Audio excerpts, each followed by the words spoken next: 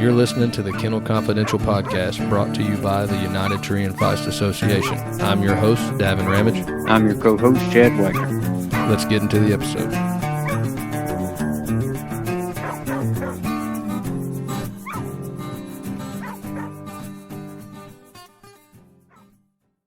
Hello, it is time for episode number 6 of the Kennel Confidential podcast, and we are going to do a combo episode here about show dogs. We've got a couple of guests that we're going to talk to that have plenty of experience on the world-winning level with the UKC and maybe even more. We'll find out as we talk to them. So, of course, we've already got Chad here on the phone. How are you, Chad? I'm doing pretty good. How about you? Doing pretty good. And we are going to start out with Miss Melissa Nash, who is the most recent UKC World Bench Show winner. So, Melissa, are you there? Yep, I'm here. All right. How's Miss Militia tonight? Oh, not doing too bad. Listening to the katydids out here chirping, it's starting to feel like fall. I went outside a minute ago just to get some stuff out of the truck, and I was enjoying it. Leaves are starting to change I'm ready here. for it. Yeah, it's starting to change here, too. I'm ready for the leaves to start coming down. Yeah, I hope it comes on fast. Yeah. All right. Well, before we jump in too deep into the dogs, we always like to figure out and know a little bit about who we're talking to. So why don't you tell us a little bit about where you're from and things you're doing whenever you're not showing dogs or hunting dogs? Yeah, so I'm from Grantsville, Maryland. It's a little town in the very far western part of Maryland. We're kind of sandwiched right in between Pennsylvania and West Virginia. So, yeah, if anybody knows where Morgantown, West Virginia's at, WVU just beat Pitt over the weekend. So I'm really happy about that. We're not about 45 minutes from Morgantown. Pretty mountainous terrain. It's actually not too far off from Kentucky, the part of Maryland that we're in. It's similar type of country. You've got a lot of oak hickory forest and a lot of hills. I did notice that your WVU fandom. I noticed that on Facebook. I actually thought you were from Virginia because I've noticed so much of it. No, yeah, we're kind of, like I said, we're kind of sandwiched right here in between Pennsylvania and West Virginia, and but I went to WVU for college, so. Okay, very cool. What'd you go to college for? Forestry. It just fits right in then. Yeah, so you're asking about what I do when I'm not hunting, and I'm a forester for the state of Maryland for the Forest Service. So I spend a lot of time in the woods hunting or not. Yeah, and you probably come across good chunks of timber that way too, I guess, right? I do. I've found some good hunting spots through work. Very cool. I just got to say, go Big Blue. Yeah, I'm going to go with Chad on that one. I don't have anything against WVU, though. I actually was a Virginia Tech fan, like a secondary fan. I would pull for them if they were playing Louisville or something like that because I'm just not a Louisville. Okay. I wonder how many people we're alienating right now just by picking sports teams. We might have to stop. Probably a lot. That's all right. All right, well, let's jump into it, Chad. So, Melissa, how long have you been breeding and raising these Feist dogs? Well, the Feists are a fairly recent addition, I guess you'd call it. We just got into them, my husband and I, in 2018. We got our first Feist, so just started into it then. Have only been breeding for about a year and a half now. We just raised our first litter last year. We've got a litter now that's 6 weeks old. But before that, we've been into dogs since about 2013. We started off with coonhounds. The reason we got into that, we got married in 2012, and we went on a hog hunt in Georgia for our honeymoon. And it was a hunt with dogs, and we just fell in love with dogs that hunt game. So we decided that's something we wanted to get into, and we started looking around and got into coonhounds just a few months later. But as far as showing animals and everything, I grew up in 4-H. I started off with rabbits, actually. I had fancy rabbits like Holland Lops and English Spots and some of the real fancy breeds, but I also had meat rabbits. Did a lot of judging contests and competitions with those, and then later on, as I got older and into high school, I got into sheep and goats. So showing animals isn't anything new for me, but the Feists are a little bit more recent. Okay, now do you raise mountain Feist or tree and Feist? We've got mountain Feist. And so you and your husband do about everything together on the dogs, it sounds like. Yeah, we travel to all the events together. We pleasure hunt together. Yeah, we're pretty much in it together. He doesn't do the show stuff as much. And even really the competition hunting. He's more of the pleasure hunter, so the competition end's a little bit more my thing. Well, we just talked to somebody that is going to be on another episode, and y'all sound quite a bit alike. Joni Moore, we have spoken to her, and that's kind of how her and her husband are. They're in it together, but she does more of the competition stuff, and she just lets Jeff come along with her. Yeah, I'm looking forward to hearing that one then. So you pleasure hunt and competition hunt. Yes. Do you like both about the same, or do you like one over the other? I mean, there's different things I like about both. The pleasure hunting, it's a little bit more laid back, and I can kind of do my own thing. Um, the competition hunting, it can be a little stressful, especially if you get into a situation where your dog's not wanting to do what you want it to do. And of course, in a pleasure hunting situation, you can work with your dog. You can correct some of the things that you'd like to see done a little bit better. Can't necessarily do that in a competition hunt situation. So I don't know. I like a good balance of both. Are we going to be able to get you down here to Western Kentucky to hunt this year? I've been down there for a couple. We actually last fall, the week after Thanksgiving, we went to Land Between the Lakes for a few days. You should have called me. I could have come hunting with you. Yeah, that's right in Yeah. our backyard. Yeah, That's where we go. that's what I understand. Yeah. So we've been down that way a little bit. We go to some of the competition hunts in Eastern Kentucky. Really, a lot of them were 3, 4, 5 hour drives for us until we started having a couple UKC squirrel hunts at one of our local coon clubs. So I mean that's our biggest challenge is we're having to drive so far for a lot of the events. Right. So if you've been down to LBL, then, and if you listen to the recent episode with Donnie Goodman, I kind of joked that, he was kind of in mountainous terrain, and we're in what this West Kentucky boy considers a hill. Yeah. So if you've been to LBL and you hunt your part of the country, is LBL even close? It's somewhat comparable. There's a big piece of state ground not too far from us, Green Ridge State Forest. I actually used to work there. It's real similar to LBL. It's like 50,000 acres. There's a lot of dirt roads through it. It's oak hickory forest. There's some old fields and they do timber harvesting and management and everything there too. So it's a good mixture of different habitat types, but definitely with the oaks and hickories, it's pretty good squirrel hunting usually. So what is it that got you into showing dogs then? Well, I guess it's your background with the 4-H, but maybe a better question to fine tune it. If you said you got your first feist in 2018? Yes. What made you choose the mountain feist?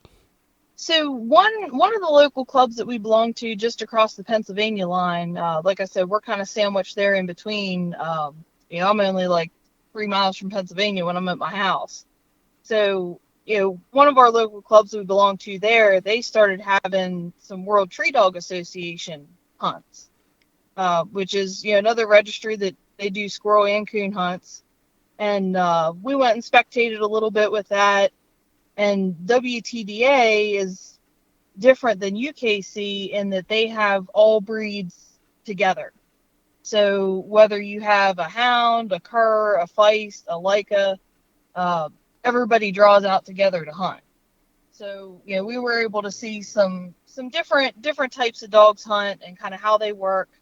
I like that the feist used their eyes and ears instead of just a nose.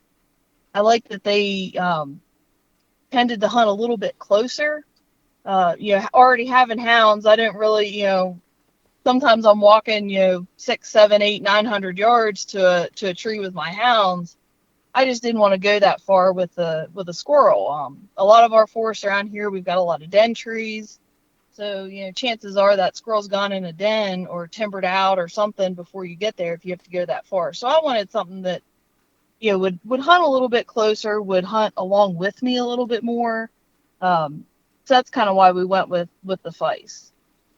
That sounds a whole lot like the research and the reconciliation that I came to. Yeah. I was the same way a little bit. Mainly just wanted one to hunt along with me and a little closer, like you said. That is a characteristic Yeah. that I like about them. And then too, they're a little bit smaller dog. We keep ours. We have all of our dogs housebroke. They can all be in the house. We've got 6 adult dogs between Feist and Hound, so we don't have them all in the house. But we kind of generally tend to at least have one of the Feists in the house all the time, and they make good companion dogs. They're not as big as a Hound. I don't know. They make good truck riding buddies. They ride on the center console of our truck and kind of scan for squirrels as we're driving around. So just their whole personality, we just really fell in love with. They don't take up near as much bed or slobber near as much water in the floor either, though, do they? That's true. Yeah, that is true. When, at what age, what point can you spot that's the dog I'm going to bench train? Is there particular traits? Not necessarily. I start working with them from a young age. We've got, like I said, we've got 3 Feists right now: Joker, Dixie, and Cider. Joker, we got him. He was probably, I think he was about 3 months old when we got him. We got him from Johnny Jude in West Virginia. We didn't really have any specific plans for him. He was our first Feist that we got. He's 5 now. But I already, I'd been showing the hounds for a few years, so I started working with him on the bench. He's a funny little guy. He loves it. That's like his favorite thing to do. All I got to do is say bench, and he hops right up there. Yeah, I don't know. It's just something that I like to work with him on that. It's good practice anyway. Even if you're not planning on showing a dog, you can teach them to mind you a lot better. You can teach them a lot more manners. Walking on a show lead, working with that dog on leading well. I make paracord braided show leads is what I like to use. Some people might like to use a snake chain or like a single strand thin paracord lead. But using a choker type lead like that, it really teaches them a lot of manners walking on a leash. And that's helpful whether you're planning on showing the dog or not.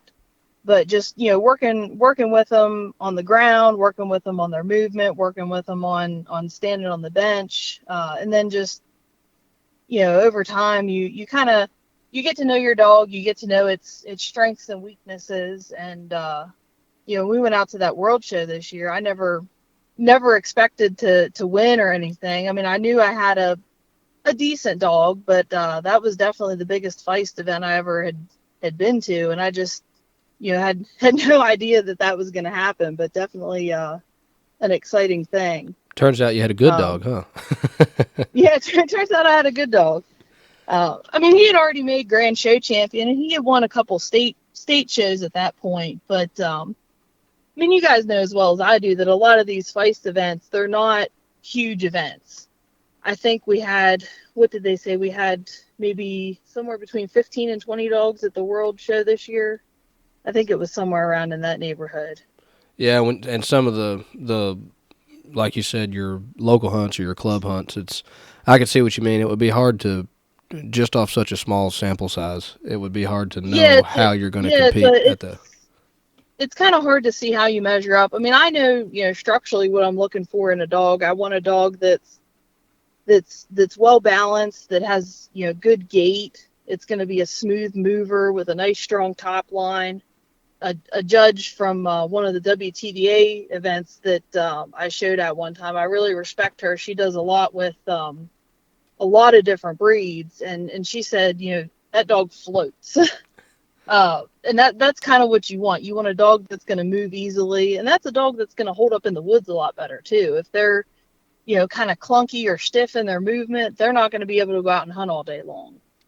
So, just looking for some of those kind of things as, a dog grows and matures. And some of those traits, like, muscling or, a lot of dogs don't fill out until they get a year or a little bit older. So some of those things, it's hard to tell from a young age how they're going to finish out. But structurally, with the angulation, You want to have good balance between their front end and their back end. That kind of stuff you can see a little bit earlier. So that's kind of what I'm looking for structurally. Well, you mentioned your lead techniques as far as training goes. Do you have any kind of go-to method on working?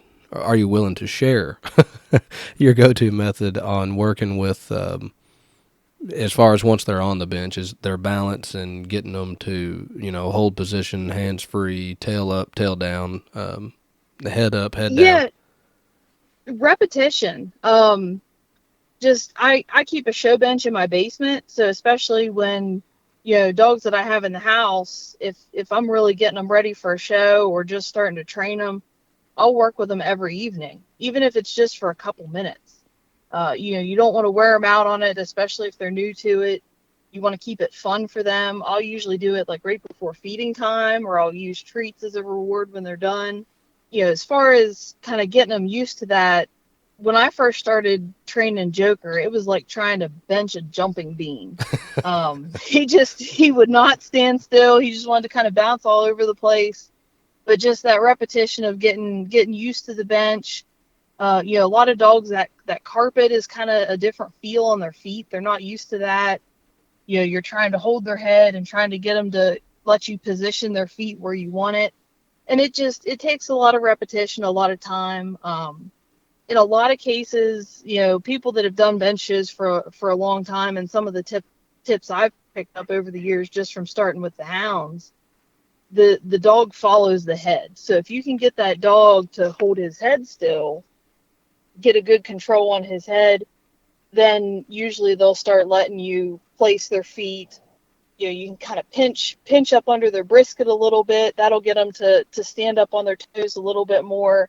It'll get them to keep their top line nice and level instead of having you don't want it to have a sag in it or anything like that. So those are just some of the tricks that I've learned over the last several years. One thing that you had brought up, Melissa, that in the shows that I was not accustomed to, we didn't do before UKC was gating a dog.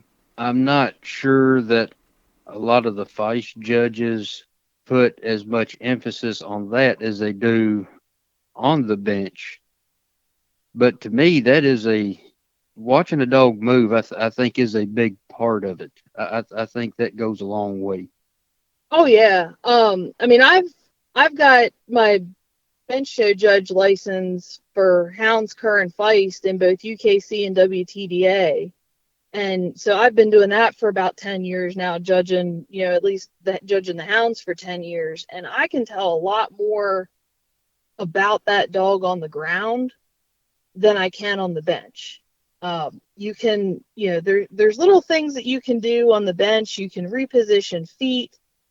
You can reposition the dog's head. You can sometimes hide faults on the bench when the dog's standing, but it's really hard to hide those faults when the dog's moving. It's moving, that gait is what they naturally do when they move. And you don't want it to be something that's, super slow. You don't want it to be something that's really fast. You kind of need to find what's a natural pace for your dog.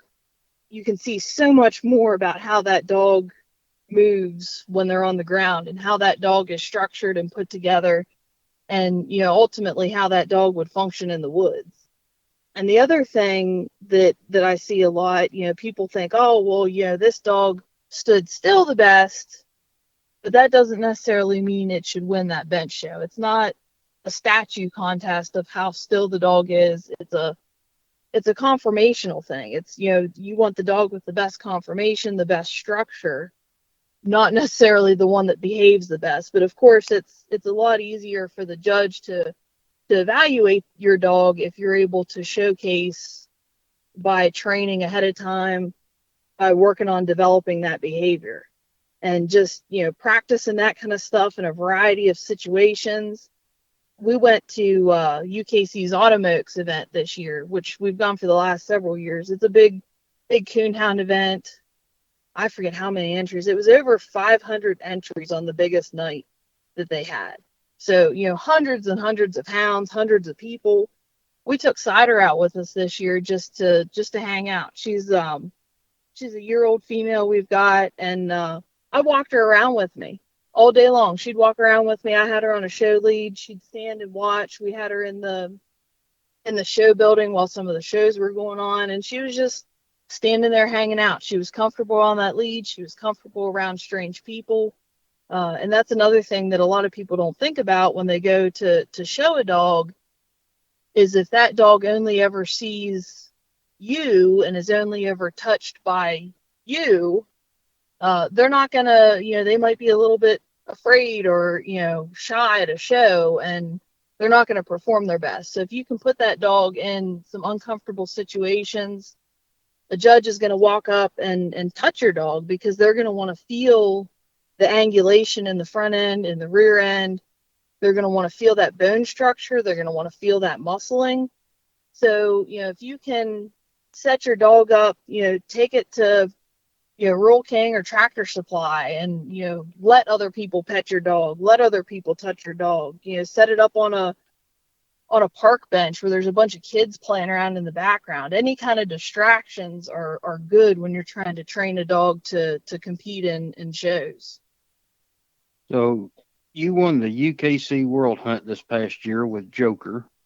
The show. The World Show. World Show. And you said you had a couple of state titles. What other titles do you have on Joker? Yeah, so Joker, his show career kind of started in 2019. When he was about a year old. We took him to Mountain Feist Days. That was the first UKC squirrel dog event we had ever been to, was Mountain Feist Days that year, and he won Best Male of Show. I've shown him at WTDA Grand Nationals the following year in 2020. He won Best Male. Then 2022, he was a little bit more mature. He really started picking up. We started taking him to a lot more events. He won the overall show at Mountain Feist Days. He won the Virginia State Show. He won the Ohio State Show. And then this year in 2023, he won the Virginia State Show again. So he's gotten that one back to back. And then he was the World Show champion this year. How many shows do you think you've had him in roughly? Oh man, not a whole lot more than that. Let's see. So he had to have, I think it did take him 4 shows to make show champion, and then 5 after that to make grand. And I've shown him a couple times since he's made grand, so maybe a dozen. Now, so he's done a lot in a small career. Yeah. And, a lot of those, like I said, I mean, we're driving. The Virginia State, that's a 4-hour drive. Ohio State's about 3.5. Mountain Feist Days, depending on the location, is anywhere from like 4 to 6 hours typically for us. So we're putting in a lot of miles to get to those shows. And it looks like Joker not only is a good-looking rascal, but he can also bark, apparently. Recent WTDA St. Jude Tree Contest Reserve Champion. Yeah, that was just this past Saturday. WTDA, they do a benefit hunt every year for St. Jude. They do a squirrel hunt in the morning, then they do a bench show and a treeing contest, and that's held in Laurel Highlands, Pennsylvania, about an hour from us. So that one's fairly close for us.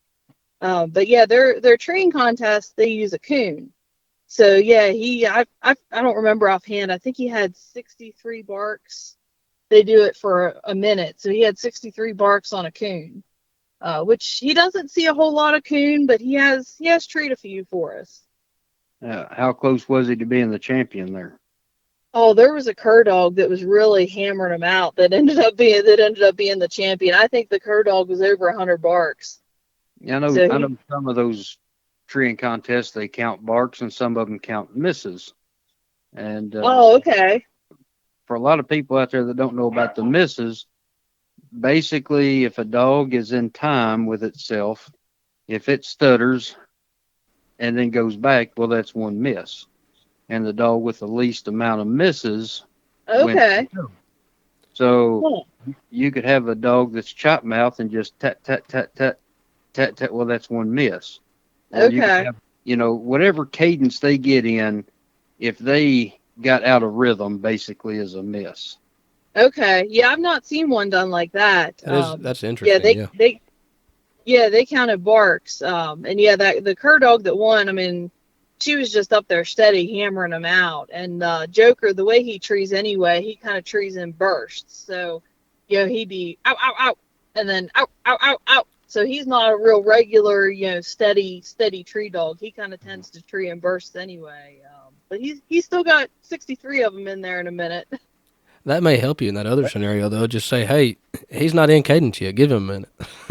Yeah, gotta let him get warmed up. So WTDA, for those that don't know, is World Tree Dog Association, and Yes. most of those they don't really come west of probably Ohio. You never see them really in Kentucky or Tennessee much. I don't think it's just mostly all eastern states, isn't it?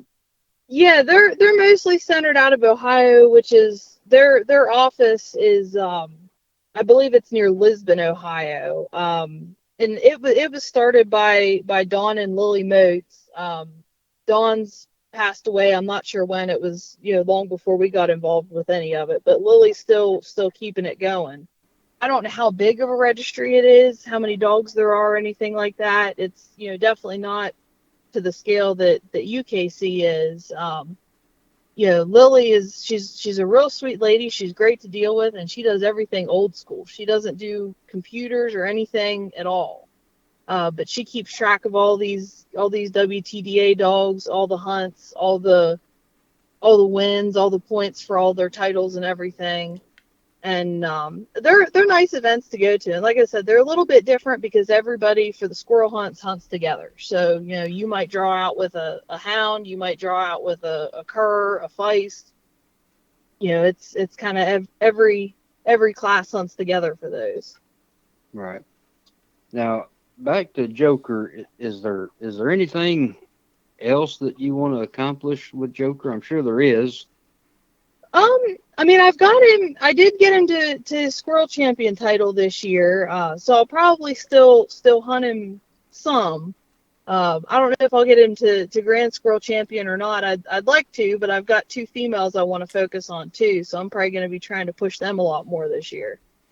Yeah, I saw that the picture you shared that the candid shot Ben Sheets had grabbed at Autumn Oaks.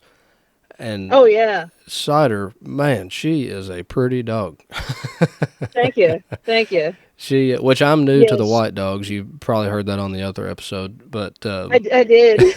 but Yeah, did you say that was everything you didn't want, but what you ended up with? that's right, that's right.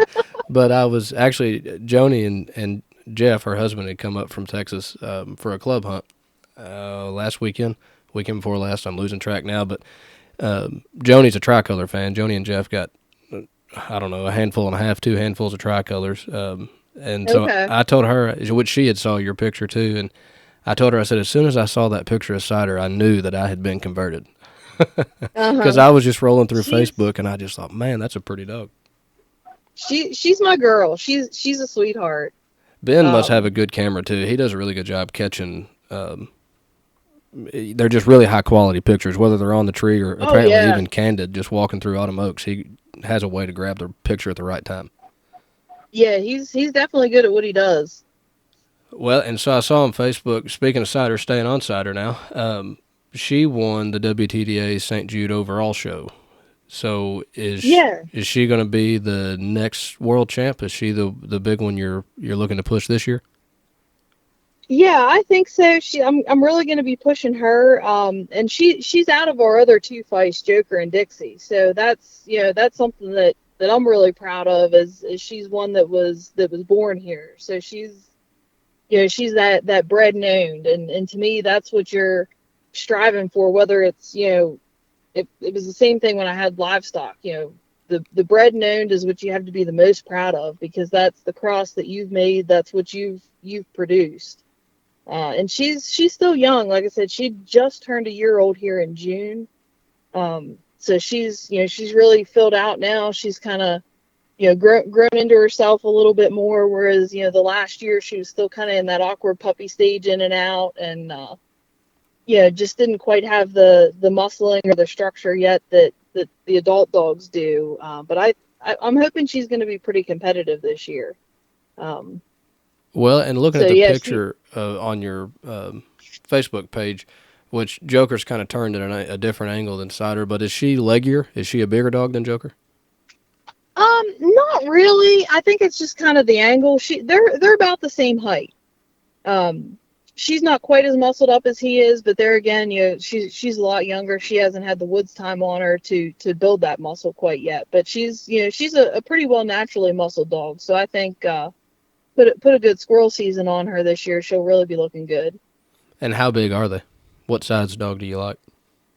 Ours are all like 22, 23 pounds. How tall are they? So I kind of like that mid range. They're all around 16, 17 inches. That's perfect to me. Yeah. So not real little, but not at the top end of the breed standard either. So, Melissa, as you probably know, that I always try my best to get some kind of funny story out of everybody that we talk to. Okay. So, is there anything that you could share? Because some of the people we talk to, I kindly know them personally, so I can kindly coax a story out of them. That's really not the case with you. So is there any story that you would volunteer? Oh, man. Yeah, I don't know. That's something I'd probably have to do a little bit more thinking about.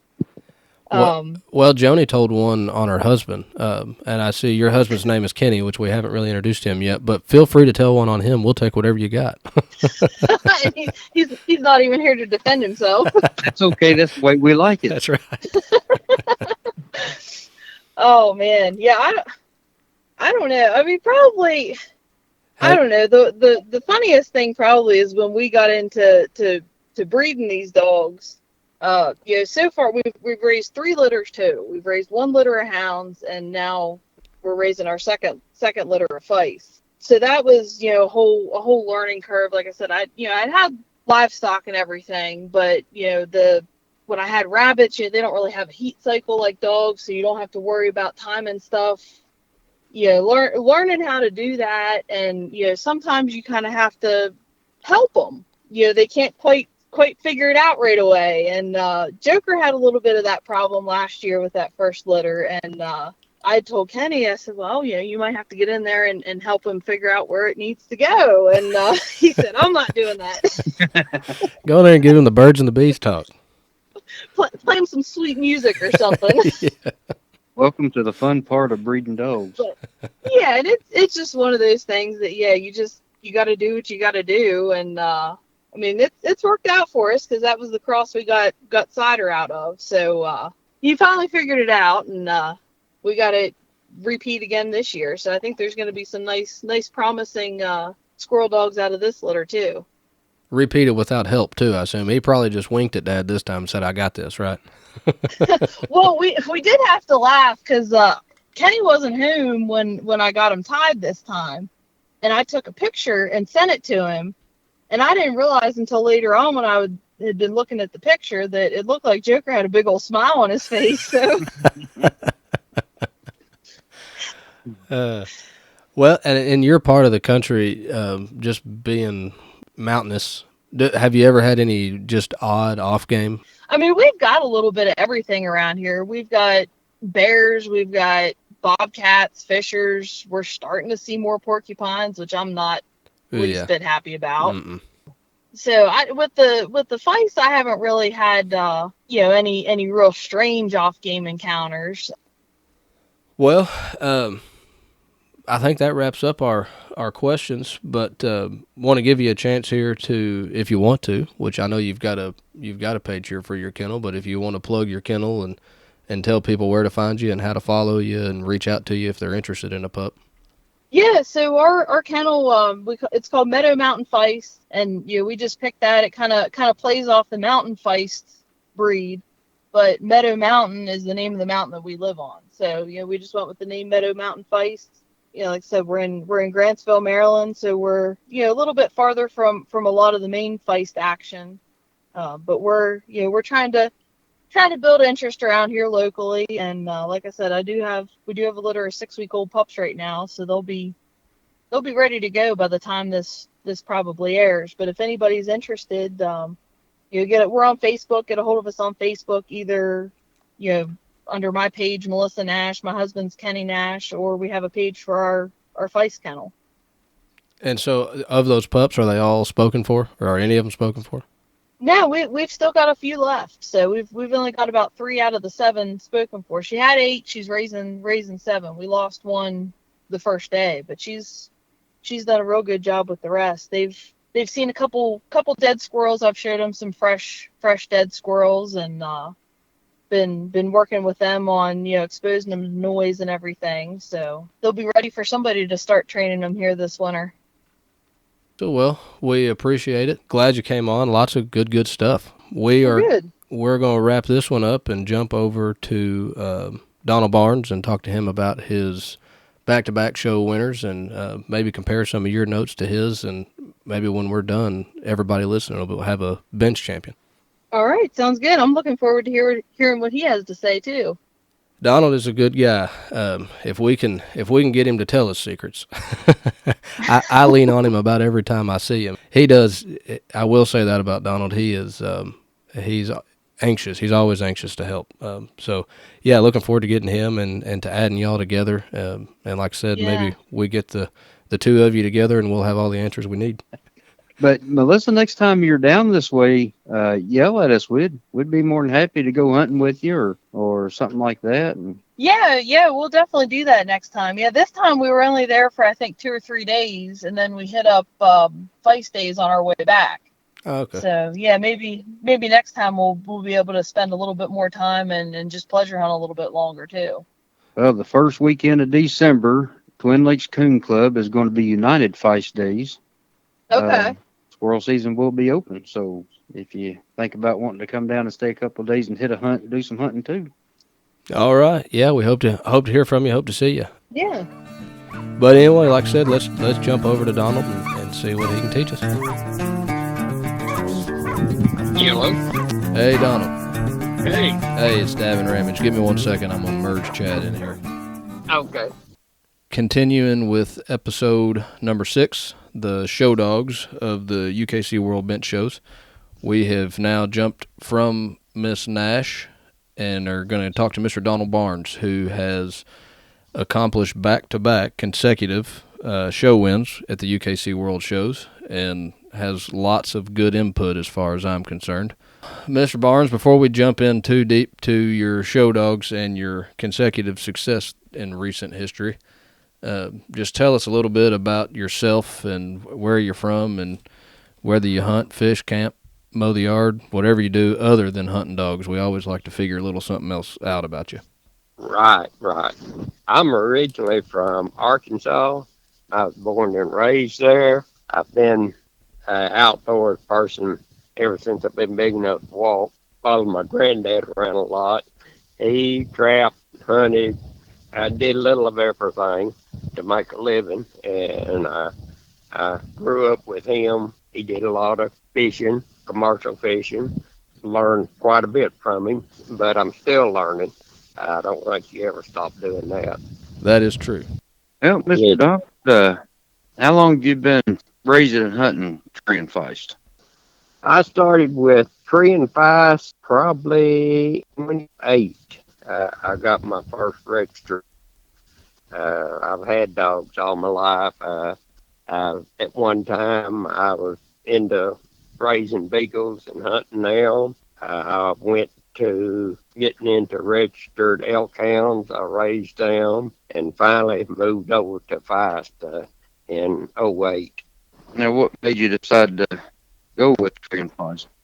Well, what turned me on, which I've hunted and went hunting with quite a few people with tree and feist. I didn't want a big dog. I had never been a coon hunter.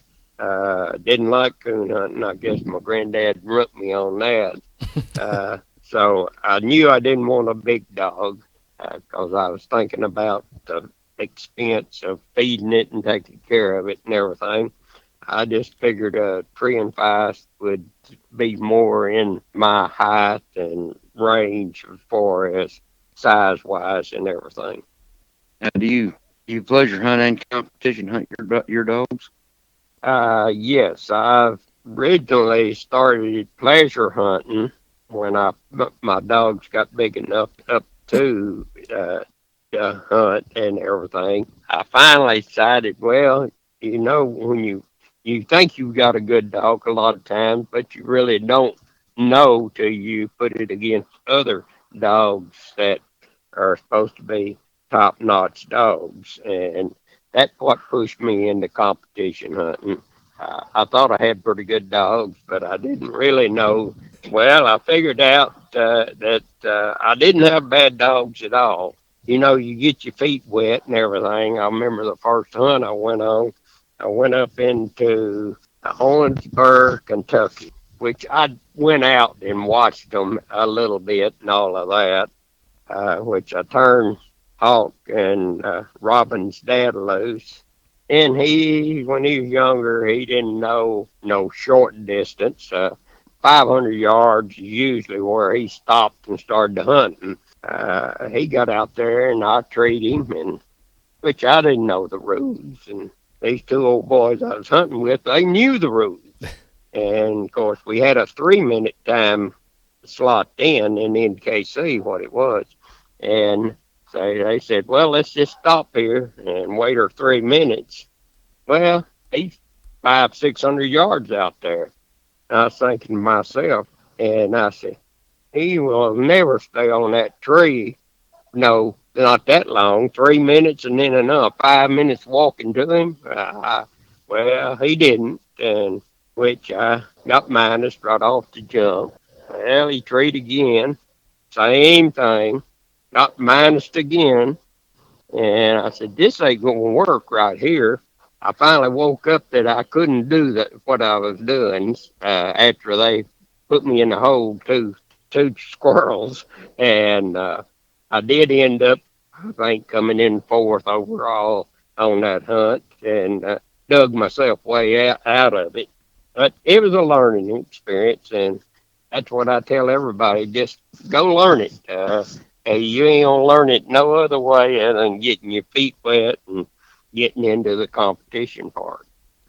You got to take a lump, learn a hard lesson. You definitely got to take a lump and don't get upset. Just enjoy it. You said that was an NKC competition? Right, right. I started out in NKC, and the main reason is at that time it was no UKC hunts in my traveling area, and I kind of drawed a artificial circle on the map, and I said, "Well, I ain't gonna drive over 4 hours to a hunt," so I stayed in a 4 hour circle, basically from where I live. I didn't really get into UKC hunts till 2018. Uh, they had the World Hunt. Probably the first time I met Chad. I took Robin and Hawk's dad to the World Hunt. First one I've ever been. UKC rules. I set up and read the rules, and you're still fuzzy on the rules, trying to remember them all in there. And did real good. I think I come in about fourth in the world that year. Beat out the year before champion dog, and which I lucked out that day. and the competition hunting, if you got a good dog, it's a lot of luck too. I believe it's not really all. You've got to have that luck when you're competing against other good dogs. So you met Chad at your first UKC event, and you continued. Right. You continued to hunt with him. That's a day you'll never forget, I assume. Well, that was a good hunt, a learning experience for me too, and everything. And I drawed Chad the second round, and everything. Who was you hunting, And Chad? I was hunting junior. That's the year that he won the world hunt. Oh yeah, And 18. Yeah, okay. Donald probably thought that It was my first hunt because I took a minus right off the bat, like he was talking about. He did earlier. Yeah, I was playing catch up that whole hunt, but it was a good hunt. It was a fun hunt. And of Makes you course, nervous it to was a call the lot. dog the next time, though, doesn't it?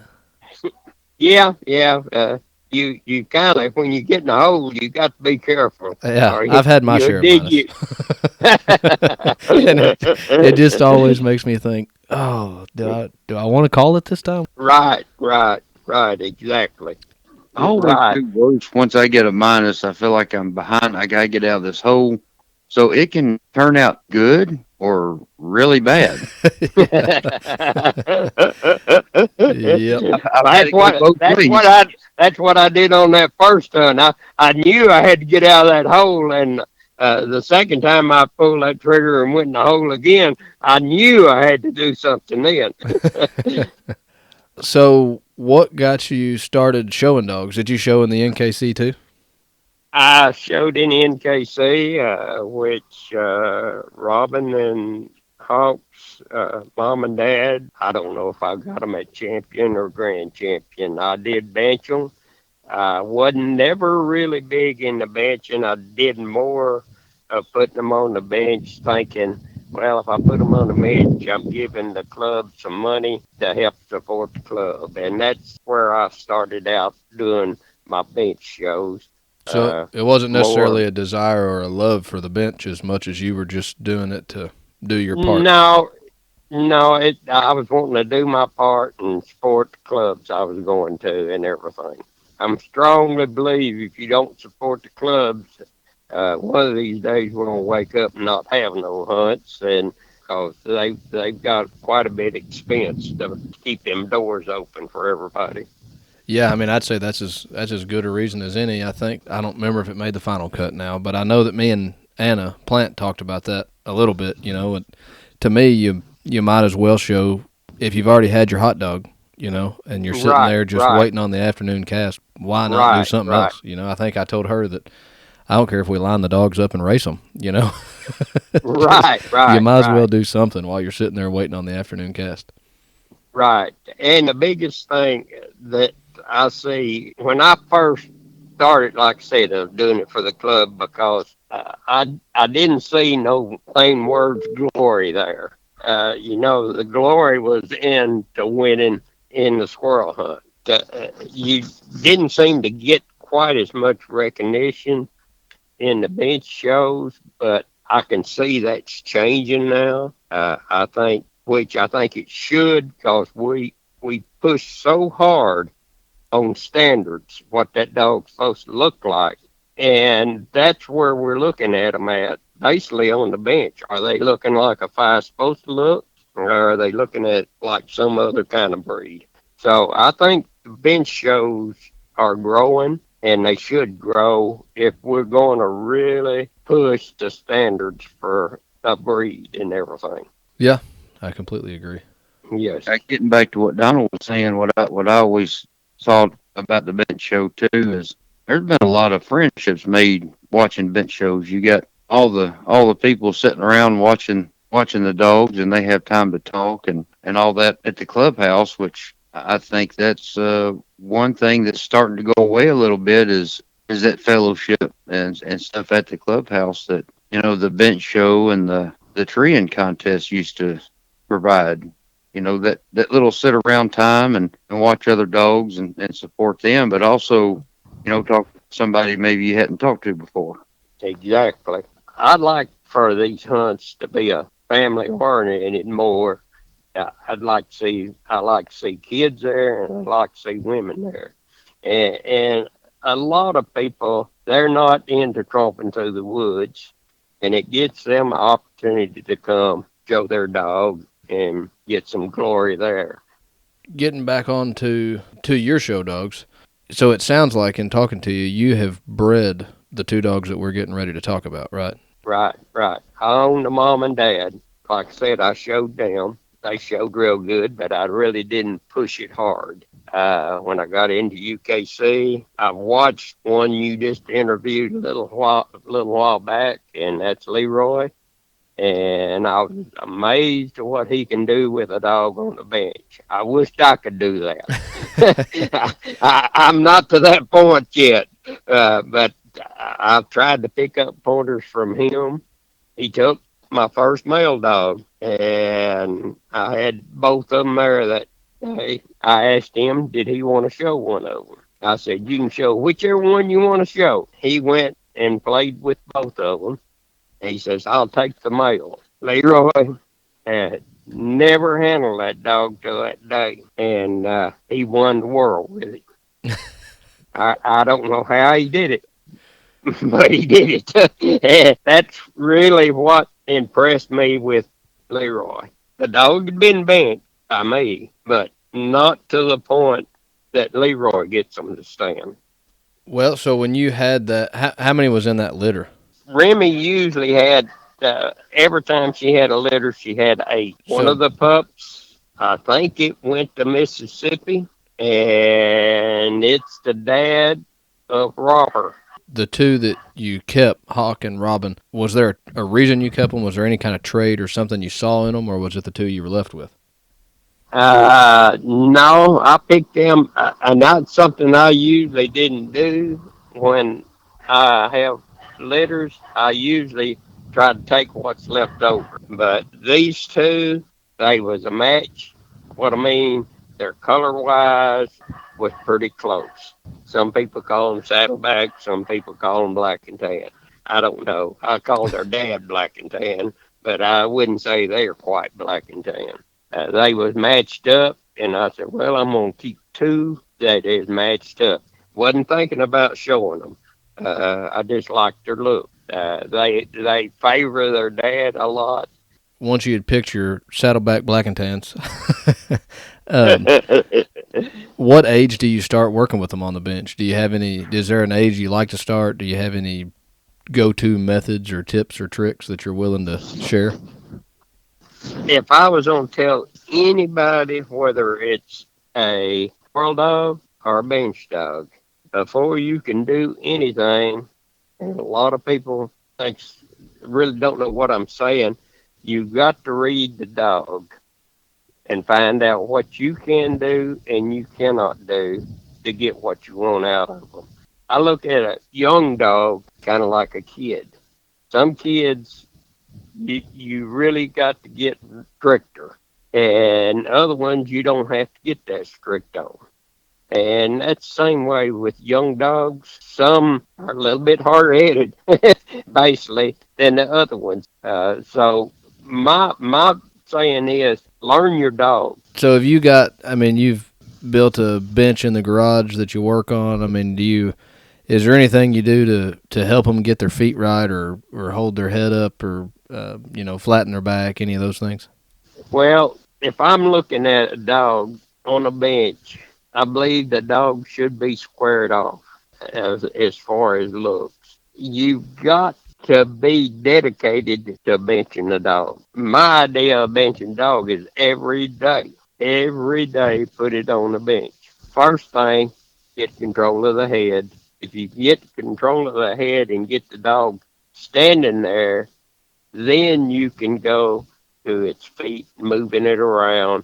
You got to get the dog's attention and get it standing there first. I think the way, when we talked to Leroy, I think the way he put it was, everybody tries to control the wrong end. Right. I said, wait a minute, what are you talking about? Explain that, Leroy. Well, Mr. Donald, you said a minute ago that you thought the accolades and the prestige come from the hunt, and yeah, I think for the most part you're right on that, but we need to try to change that. So let me see if I can put all this together, because I hadn't really thought about it till you said something. So you had Doc and Remy that you raised a litter of pups out of. Right. Okay, so Hawk and Robin won back-to-back UKC World Shows in 2021 and 22, and they are litter mates. Right. On top of that, there was a litter mate as well to Hawk and Robin that produced the 2020 world title winner, Right. Lance Rip and Robber.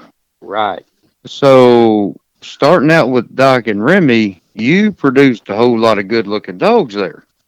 Yes, I did. I'm really proud of Doc and Remy for what they've turned out and produced for his dogs.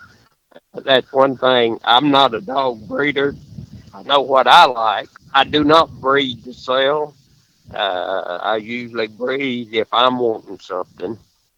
Well, since Hawk won it first, tell us a little bit more about Hawk, his titles and all that. He is NKC. He's super grand. He's grand in the bench. He's champion on the treeing contest. Grand in UKC and world champion. When you won the World Hunt, you remember how many dogs that were competing that day? I don't know. We had quite a bit of. It was the biggest show that I've ever seen for as shows. I was really impressed at how many people was starting the show, dog. I could not tell you how many was there. It was a lot of dogs there. That's I couldn't even imagine how many. You might know. You was there and everything. Yeah. You all beat me. I don't want to talk about that show now.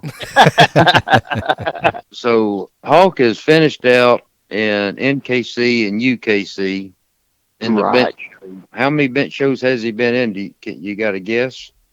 I would have to guess because I hadn't kept up with it as far as that goes. I couldn't even tell you. Imagine on both of them. When they made World, I quit showing them. As a matter of fact, when they in NKC, I quit showing them in the bench on NKC too.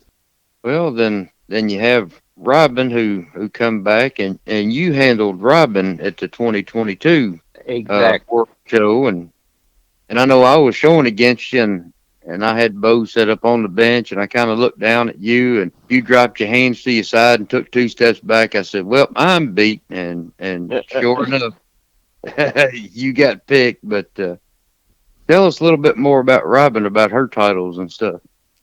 She is just like Hawk. She is finished out in NKC. She's a super grand champion in the squirrel hunt. She's grand in the bench. I did not put her in the treeing contest. Usually they show a coon in NKC up the tree, and she did not like coons at all. She wanted to go the other direction on coons, so she wasn't gonna make no points on treeing coons far as that part. She finished out in NKC. She is grand and she won the world in UKC on the bench, which she's finished out in UKC too. And I know UKC World Bench Show gets a little bigger every year, so I know it was bigger that year than the year before, and I don't remember how many dogs was competing in it, but Robin had a little bit more competition than Hawk did, I'd say. I would say so. Even last year, up at the World Hunt, they had more competition, preceding the ones that Robin and Hawk was in. So it's growing. There's no doubt about it. It's growing. I think if we push the standards, it gets a little bit more prestige is when you put them on the bench and they make a big showing right there. Yeah, I think if every dog on the bench is at the same is meeting all the same standards, I guess it's like a NASCAR with a restrictor plate. You got to find someplace else to find more speed in theirs. You got to find someplace else to make the dog look a little bit better when they're all competing at the same standard, at the same caliber. Right, So that's your showmanship gets a little bit. Your prep work gets a little bit more. How clean the dog is, the toenails, I think right. all that makes a difference. Well, I think you're right 100% there. I think when you get to the point that if you got 10 dogs up there and they're all meeting the standard for that breed, when they all meet them standards, that judge is going, like I said, he's on, you can say it's nitpicking or whatever you want to say. He's really going to have, or her's going to have to scratch her head. And most judges then is going to look at your showmanship, how you got the dog standing. Is it locked down real tight and froze there? And I think the judge will look at that and take it into consideration. So you've got a couple of world winners that are supered out. Right. How old is Hawk? Hawk's 5 and Robin's 5 too. Oh, that's right. They're litter mates. How old were they by the time you supered them out? They supered out far as in NKC, I think about when they was 3 year old. They might have been they might have been 2.5 and everything. I don't want to back it up and say 2 because they say, wow, 2 year old dog. I'm still impressed. I'm impressed at 2.5 and 3 too. I don't know. Think I'll have one supered out at 3. I don't know. Maybe I will. But you've got to go to hunts to do it. You've got to get out there and go to them because you're not going to win them all. You're going to lose some. That's all part of it. The losing comes along with the winning too. I guarantee you. Yeah, I've got the losing part down pat. I'm waiting on the winning part to kick in. You, as a 2-time UKC World Show winner with 2 different dogs, if you had to show them against each other, who wins? Oh, that would be a tough one there. Well, I agree. They both won the world, so they got to be real pretty dogs. Right. Nobody knows them better than Donald does. I like Hawk better. I like his built better a little bit. He's muscled up. I like him better than I do Robin. Don't get me wrong, I like Robin. She's a good looking dog, but I like his built a little better. Do you think it matters? Do you get better results for male versus female? Do you think the gender matters? I don't know. It seemed like to me, and I might be wrong, a male usually muscles up better than a female. And when you start getting the standards on both, a judge is going to start looking at that muscled up dog. Yeah. I didn't care much for that question, Devin. Male versus female? You just got Donald to admit he beat me with his second best. Well, he told us he took all his pointers from Leroy, so do you think you'll breed Hawk or Robin? I've thought about it, yes. The problem I was going to breed Robin this past year, but I couldn't make up my mind what I wanted to breed her to. And their breeding is Barger, isn't it? They are 100% Barger. They come from, their mom and dad come from Bill Barger. I bought them when they were weaning age and raised them and everything. Donald, I'm a little nervous for you. Because you've known Chad and done quite a bit of hunting with Chad. Y'all even hunted together this morning, I hear. It's time for Chad's favorite time of the show. It's story time, Donald. It's story time. Uh-oh. And I'm a little nervous for you because you've known Chad so long that he may have one up his sleeve you're not ready for. Well, bring it on. Well, this is just a little short one. It's not much of a story, but then I'll get into.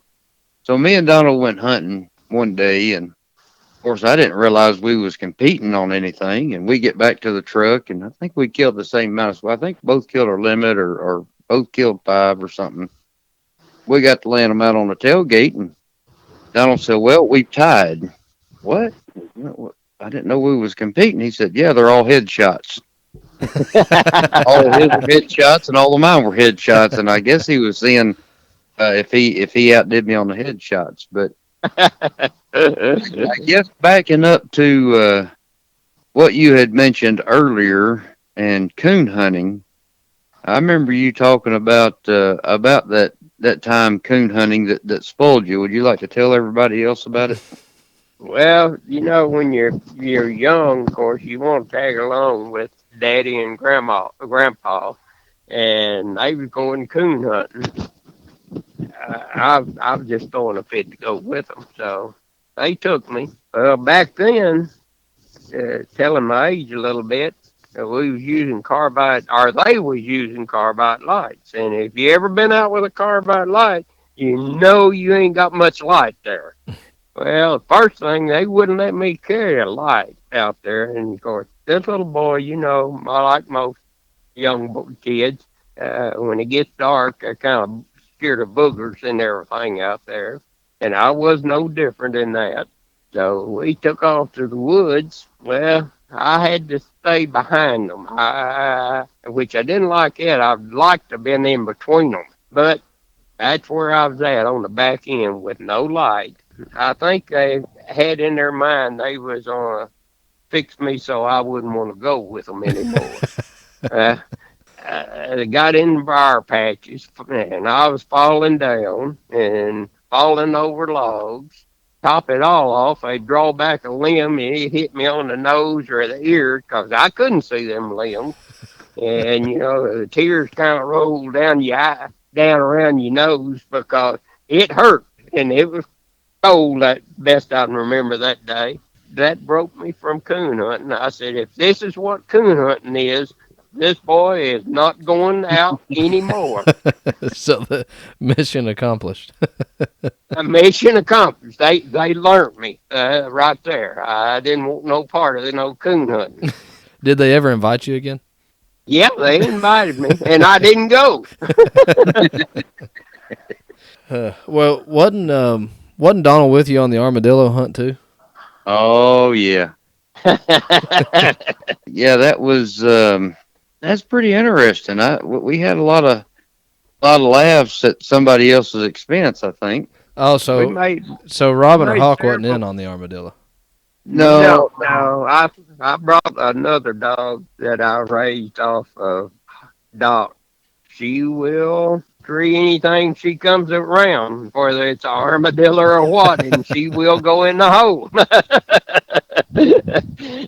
and everything. But she's a pretty good little dog. So I'm going to have to. I wasn't going to, but I'm going to do this. I was gone out west when Davin interviewed Anna, and I listened to that episode, and I'm going, boy, I could have got some good punches in here. Since I was gone, I didn't get any punches in, so I think I'm going to do that now. Let's have it. So me and Donald and Vance, Anna's husband, are out on this hunt, and first thing they tear into an armadillo, and it's running around jumping 3 foot, finally gets in a hole.